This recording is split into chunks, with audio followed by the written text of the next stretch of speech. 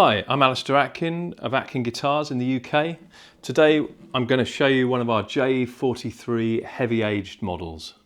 Now, heavy aged or relic or whatever you want to call it, when you release a video about a heavy aged guitar, the main comment that you get is that people hate the fact that we've heavy aged something. Some people just don't get it. And I completely understand that, but it's quite fun to scroll down, which you could do when you're watching this video and see some of the things that people say. I'm going to show you the guitar, and then at the end Paul's going to do some demoing on it, so please stick around for that. It's really worth listening to. Our standard J43 has a Sitka spruce top, mahogany back and sides, Santos rosewood fingerboard and bridge, and a maple headstock which we colour ourselves. It's got a bone nut and bone saddle. It's got a 24.9 inch scale length, and it's got one of these tiger stripe pick guards that we make in-house. It's a good video on those if you want to watch one of our videos making pick guards. And usually we'll spray these with a sunburst finish, but we do natural ones and we've done lots of other colours. We've done cherry bursts, so you can have whatever you want on one of these. It's called the 43 because it's based on Buddy Holly's slope shoulder dreadnought from 1943. So when you get to the point that you're going to heavy age something, it suddenly means that you're going to create a picture about that guitar, and you imagine that that guitar came from another time period.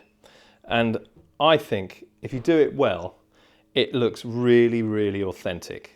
And one of the big things about doing an aged finish or a heavy aged finish well is that you don't go over the top on it. So few guitars look smashed up and beaten, the real ones.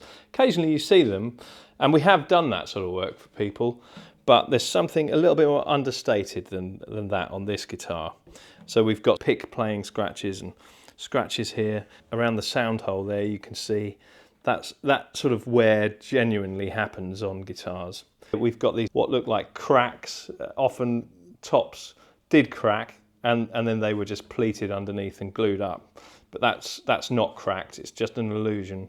But it's kind of cool. And the back here's got limited sort of scratching on it, but it's got enough. The headstock, I think, is another one. You know, if you're a gigging musician and you're walking around playing with other musicians, I think we've all smashed our headstock into somebody else's guitar or onto a wall or something like that.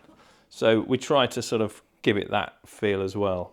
Interestingly, this model here has a K&K Pure Mini in it. Now, I've got to say, I think that might be one of the best pickups on the market that I've heard now, in the right setup. It works so well with a preamp or a DI box.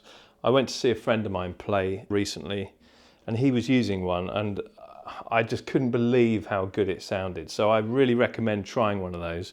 And they're not actually that expensive either. Super simple to put into a guitar, and the only hole you have to make is the one at the end pin there. So it's just 3 sensors under the bridge. That is the J43 Heavy Aged.